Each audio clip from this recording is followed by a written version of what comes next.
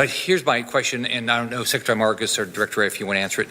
It's been reported that the Chinese Communist Party are operating police stations in the United States in an effort to surveil Chinese dissidents.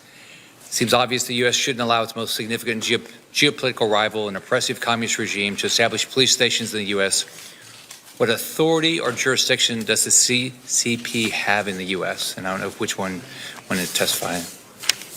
Well, Senator, like you, I'm very concerned about this. We are aware of the existence of these stations. I had to be careful about discussing our specific investigative work, but to me it is outrageous to think that the Chinese police would attempt to set up shop, in New York, let's say, without proper coordination. It violates sovereignty and circumvents standard judicial and law enforcement cooperation processes. And the reason this is so important is because we have seen a clear pattern of the Chinese government, the Chinese Communist Party, exporting their repression right here into the U.S. And we've had now a number of indictments that you may have seen of the Chinese engaging in uncoordinated quote-unquote law enforcement action right here in the United States, harassing, stalking, surveilling, blackmailing people who they just don't like or who disagree with the Xi regime.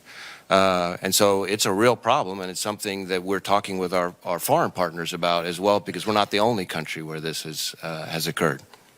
They don't have any right to be here, right? Well, we're looking into the legal parameters of it. So I want to be a little bit careful not to get out over my skis on that. But suffice to say, I can tell you from an FBI director perspective, I'm deeply concerned about this, and I'm not going to just let it lie. Okay.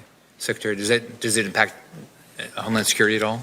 Well, of course, the threat of China is one of the most significant threats that we face in the homeland. It's not only a matter of national security, it's a matter of homeland security in a number of arrays. In a number of areas of our mission. Do you think you have the ability to shut them down? Do you know if you have the right to shut them down? I would have to defer to the Department of Justice with respect to the legal It would go to Justice, not Homeland Security? Okay. So it would be under FBI?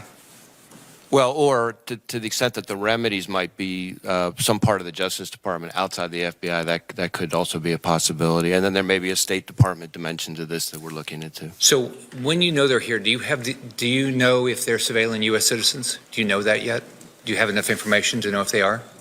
Well, again, I don't want to get too far into our ongoing investigative work, but as I said, we have seen plenty of situations in the past where the Chinese government, under the pretext of going after corruption, have essentially used that as a vehicle to surveil.